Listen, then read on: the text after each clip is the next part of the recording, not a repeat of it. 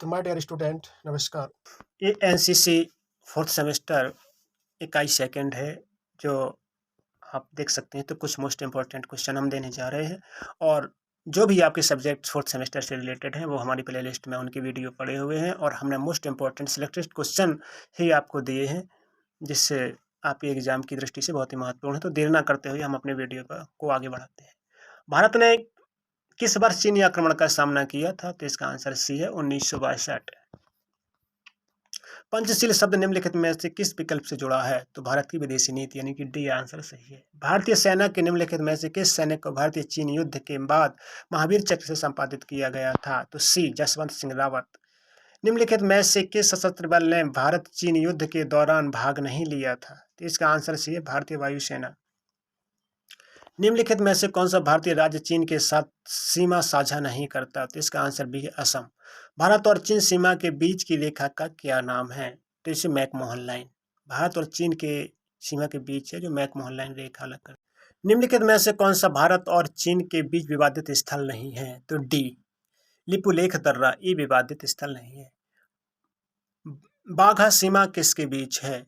तो ये भारत और पाकिस्तान के बीच है बाघा सीमा। टाटा सन्स के पहले गैर पारसी अध्यक्ष कौन बने? तो इसका यह है एन चंद्रशेखरन। टाटा पावर के निदेशक मंडल के अध्यक्ष के रूप में किसे नामित किया गया है? तो इसका आंसर ये सही है एस पद्मनाभन। 10 फरवरी 2016 को रतन टाटा ने किस फर्म में निवेश किया? तो इसका आंसर ये सही है इनविक्टम ऑन्कोलॉजी प्राइवेट लिमिटेड।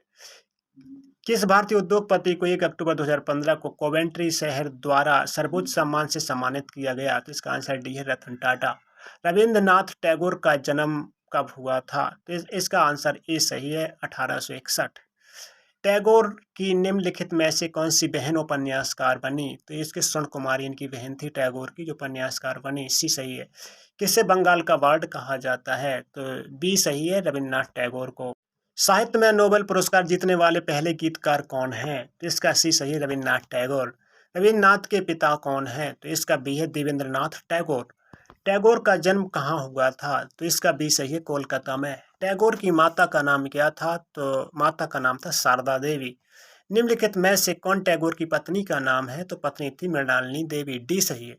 टैगोर ने किस उम्र में कविताएं लिखना शुरू किया था? तो 8 वर्ष की उम्र में कविताएं लिखना इन्होंने शुरू कर दिया था। टैगोर ने किस उम्र में अपनी पहली कविता प्रकाशित की थी? तो 16 वर्ष की उम्र में पहली कविता प्रकाशित की थी। टैगोर का छद्म नाम क्या है?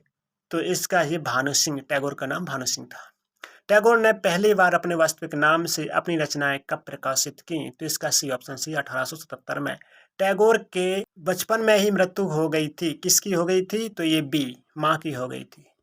टैगोर का निधन किस वर्ष हुआ? तो इससी सही है 1941। टैगोर की मृत्यु किस महीने में हुई थी? तो इसका अगस्त में हुई थी। डी निम्नलिखित में से किस पुस्तक के लिए रविन्द्रनाथ टैगोर को नोबेल पुरस्कार मिला था? तो गीतांजलि के लिए। डी रविन्द्रनाथ टैगोर को किस वर्ष नोबेल पुरस्कार मिला था? तो बी 1913। गीतांजलि एक है बी कविताओं की किताब है। बी उत्तर सही है। बंगाली में लिखी गई गीतांजलि में कितनी कविताएं हैं? तो इसका आंसर है 157 ए। अंग्रेजी गीतांजलि में कितनी कविताएं हैं? तो इसका आंसर डी 751 कविताएं। क्या बंगाली गीतांजलि और अंग्रेजी गीतांजलि भाषा को छोड़कर एक ही हैं? बी नहीं। बंगाली गीतांजलि से अंग्रेजी गीतांजलि में कितनी कविताओं का अनुवाद है? तो 53। अंग्रेजी गीतांजलि में कितनी कविताएं मूल बंगाली गीतांजलि से नहीं ली गई हैं? तो इसका बी सही है। गीतांजलि किस वर्ष प्रकाशित हुई? तो इसका 1910। जब भारी वर्षा के कारण नदियों का जल अपने तटबंध को तोड़कर बहुत बड़े क्षेत्र में फैल जाता है तो उसे क्या कहते हैं? तो उसे बाढ़ कहते हैं। बाढ़ किसके कारण आती है? तो आप जानते ही हैं अतिवृष्टि के कारण जब ज्यादा वर्षा होती है। सी सही है। सूखा किसके कारण होता है? तो ये अनावृष्टि अतिवृष्टि दोनों के कारण। 4 करोड़ हेक्टेयर के बाढ़ प्रभावित क्षेत्र कहाँ माना जाता है? तो ये भारत में माना जाता है। नदियों में वर्षा ऋतु में क्या बहकर आते हैं? तो अवसाद बहकर आते भी सही है। किसके कारण वर्षा जल तेजी से बहने लगता है? तो ये वन विनाश के कारण और चारागाहों के कारण। भारत में बाढ़ प्रभावित क्षेत्र किस पर निर्भर है? तो ये वर्षा के वितरण पर निर्भर है। भारत में बाढ़ से होने वाली प्रतिशत से अधिक शक्ति उत्तरी उत्तरी पूर्वी मैदानी क्षेत्र में कितनी परसेंट होती है? तो 9% होती है। कौन सी नदियों में बाढ़ महाविनाशकारी होती है? तो ये कोसी में और दामोदर नदी दोनों में होती है। बिहार का शोक किस नदी को कहा जाता है?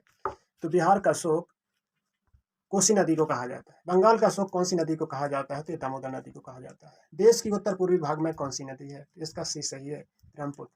चंबल, सोन, बेतवा वे दामोदर नदियां कौन से भाग में वर्षा जल लाती हैं? तो इसका सी सही, मध्य भारत। प्रायद्वीपीय भारत में कौन सी नदियों की तटीय क्षेत्र में बाढ़ अधिक आती है? तो इसका आंसर डी सही है, महानदी गोदावरी, कृष्णा और कावेरी तीनों से आती है। राष्ट्रीय आपदा प्रबंधन संस्थान उद्घाटन 14 अगस्त 2004 को किया गया था, यानी इसका डी सही है। राष्ट्रीय आपदा प्रबंधन संस्थान का मुख्यालय भारत के किस शहर या राज्य में है? तो ये नई दिल्ली में। खतरे की स्थिति कब उत्पन्न होती है? तो इसका सी सही है, जब विपत्तियों से संपत्ति और जीवन को खतरा हो। निम्नलिखित में से कौन सी एक प्राकृतिक आपदा नहीं है? तो डी सुनामी, क्योंकि ये भूकंपीय तरंगों द्वारा आती है। भूकंपीय तरंगों के कारण आपदा का नाम क्या है? तो सुनामी। पृथ्वी की सतह के साथ रोलिंग प्रभाव भूकंप की लहर पैदा करता है, इसका आंसर सी है, एस लहर। अंतर्राष्ट्रीय सुनामी सूचना केंद्र कहाँ स्थित है? तो ये होनोलुलु में स्थित है। राष्ट्रीय आपदा प्रबंधन प्राधिकरण किस मंत्रालय के अंतर्गत आता है? जिसका ऑप्शन सी सही, गृह मंत्रालय। निम्नलिखित में से किस देश में तूफान आम है? तो अमेरिका में, डी ऑप्शन सही है। उष्णकटिबंधीय चक्रवात का शांत भाग कौन सा है? तो ए सही है, इसका आंख। भारत में सुनामी चेतावनी केंद्र कहाँ स्थित है? इसका बी, हैदराबाद में। सुनामी शब्द किस शब्द से बना है? तो इसका डी, जापानी शब्द से। गृह युद्ध का उत्तर कौन सा विकल्प है? तो इसका डी, सीरिया युद्ध।